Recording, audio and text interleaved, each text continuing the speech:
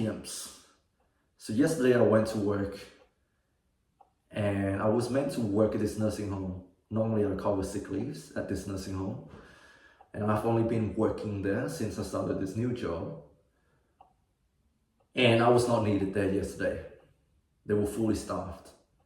Apparently someone called in sick, but the morning staff, one of them has decided to, do a double shift. So the shift was basically covered, but I didn't get any sort of message saying that, Bob, you don't need to go here this afternoon because they're already fully staffed. So I rocked up to that nursing home and I went into, the staff room, and everybody just looked at me and they're like, what are you doing here? We are fully staffed. And then I looked at them and I was like, what? Nobody said anything to me. So my manager was called, and it turns out the plan has been changed last minute, and I was meant to be redeployed to a different facility. There's one that I have not been to before. So already I was a little bit flustered. But anyways, I said, I want this shift. I want to make mine, I'm going to accept it. Little did I know, the position that I was about to cover is an in-charge position, a managerial position. Someone who is in charge of all of the staffs on one particular shift. I didn't know that. So already I was flustered from the fact that I was not meant to work at this facility. I called my manager told me, oh, okay, so yeah, by the way, you've been redeployed to a different facility. I said, cool. So I drove there and I walked through that nursing home. Someone directed me to, the staff meeting room. They sort of gave me a quick orientation. I've never been to this place before, but it's nice, I said, okay, I'm ready for this. It can't be too bad. It's the job is just like any other places, just basic stuff. I can handle it. So the start from the morning, they did sort of like a handover to me. And at the end, he said, okay, here's your key, here's your phone. Good luck being in charge. And I was like, what the frick? What? You telling me, a 20-year-old something, to be in charge of this whole facility? And it's my first day there. Are you crazy? I was thinking about that in my head. I was like, what the frick? I didn't know that I was going to be in charge. I've never been to this place before. But anyways, so there's literally nothing they can do about it. The place is not fully staffed, and here I am. I am an extra person, and I was just sort of like put there without me knowing. I'm not gonna get into too much details, but anyways, thank God nothing went horribly wrong. It was all under control. I don't know how I pulled it off, but yeah, I was the in charge, and I'm still thinking about it. I was like, what the frick? What just happened? So basically, I've never been to that place before, and every single staff went to me with any sort of problem, and I'm like, what am I supposed to do about it? I've never been to this place before. I don't know any of the residents. I don't know how this place runs. Maybe you're the one who should be telling me what to do. No, I didn't say that, but I'm really thankful. Everybody was really helpful, and I feel well supported. Believe it or not. But I was still really shocked. I don't know if this is the norm for the nursing homes around Tasmania or around Australia in general. Like, are they fully staffed? And do they just send, like some junior person to be in charge when there's no one around? Maybe that's the reality, like maybe they're not fully staffed. And sometimes, the most senior person has to be in charge. And if they don't have someone like that, they're gonna call, like an agency to supply their facility with staff. And that was the case with me, but I was not well informed of it. Anyways, it already happened. I don't know what makes them think I'm suitable for that. Maybe because of my experience, and I've been working in more, acute settings. Maybe they think maybe that's why I should be in charge. But I don't even know how the place runs. Yeah, so that's that. I went home real late last night, and Aaron decided, hey, we should go out for, kebabs. So we tried to go to this kebab place in our little town, and surprise, surprise, it was closed.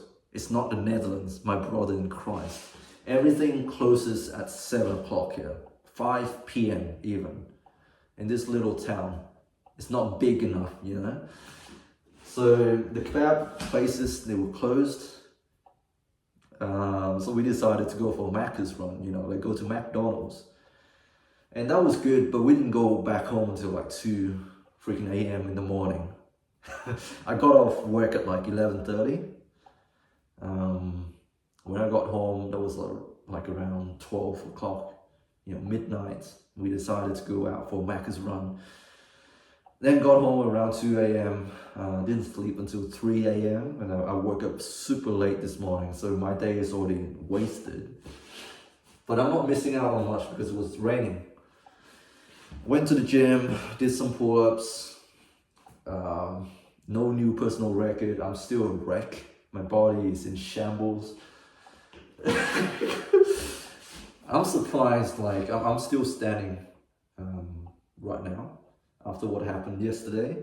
I'm not going to get into too much details, but there's one, highlights of my shift.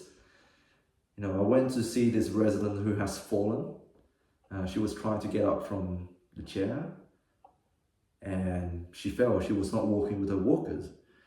So, understandably, people who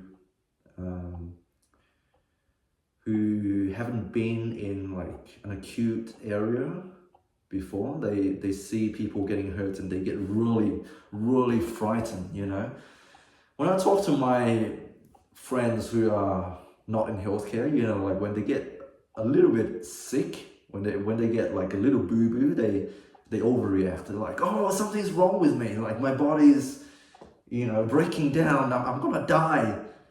My brothers and my sisters in Christ, you're not gonna die. Maybe I'm just jaded because I've been in healthcare, for the amount of time that I've been in healthcare. Like I lose that compassion. Maybe. I really do hope that I haven't lost my compassion, but like when you see this minor stuff, you tend to not think about it as much because I've seen much worse things.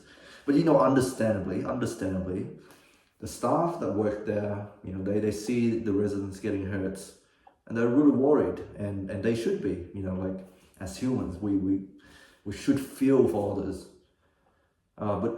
But I've assessed it, and it's not a big deal, But anyways, I went in to see the residents. I talked to her. I was checking it out. I was like doing the test. I mean, not the test, but like the observations. And she said, she just turned to me and she said, dear, you have the most, what did she say to me? She said, you have an amazing complexion. Just out of nowhere, as I was, taking care of her, I was like taking her vital signs. She's like, dear, you have an amazing complexion. What an amazing complexion. And I just looked at her and I thought to myself, I've never heard anyone saying that to me before. here's the thing. When a little child or when an elderly person compliments you, they generally mean it. And when they insult you, they also generally mean it. I feel like, you know, those age those age ranges, people tend to be really honest about things. You know, when a little child say they like your shirt or they like your hair, they like your shoes, they generally mean it. And similarly, when an older person, like when a nanny or a grandpa, they say that to you, they generally mean it. They generally are complimenting you for whatever it is. And when a little child say to you, "You are fat," they also mean it. You know, like, that's why I love old people and little children. Not in that sense. Not in that sense. Stop. Because they're honest. So when that elderly woman said that to me, I joked back. I said, "Oh, you mean sunburns?" I was still taken aback. I couldn't believe she actually said that to me. I said to her, "Oh, you mean sunburns?" And then she laughed. And I corrected myself by saying, "You mean a healthy golden tan? That's what you mean, didn't you?" And she said, "Yeah, yeah, that's that. That's something that's interesting to me that happened yesterday. Other than that, yeah, nothing else really happened really. Nobody died. A lot of concerns, family members of the residents that live there, you know, because I have the in-charge phones, everybody called me. People from outside the facility, staff from inside the facility, you know, any concerns at all, they called me. And to be honest, sometimes I don't even know what to do with, you know, what these people are telling me. I don't know how to deal with it. I told Aaron about this, and he said, "Be thankful that it happened to you. Like, it's a challenge." And sometimes, you know, the best moments in life are when things are spontaneous. You know, things just spontaneously happen. It challenged you in a way that you have not prepared for it before. I told my dad about it as well, and he said sometimes it's good for you. You don't know what you have until you're just, you know, thrown into the deep end like that. And I have to say though, like, there's a time and place, really.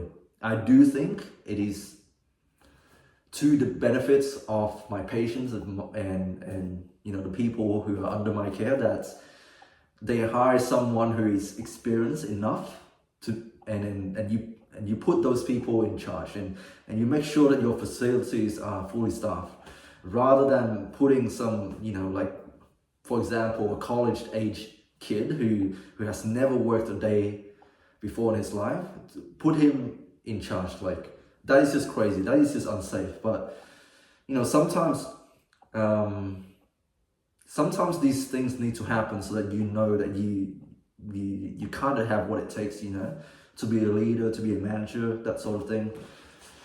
I don't know, man. I don't know what I'm talking about. I'm glad it's just that shift went okay, and you know, nobody got hurt seriously, and things run smoothly. Yeah, I'm really grateful for that. Anyways, hope you guys are doing well. Stay strong. God bless, and happy Saturday. I'll speak to you soon.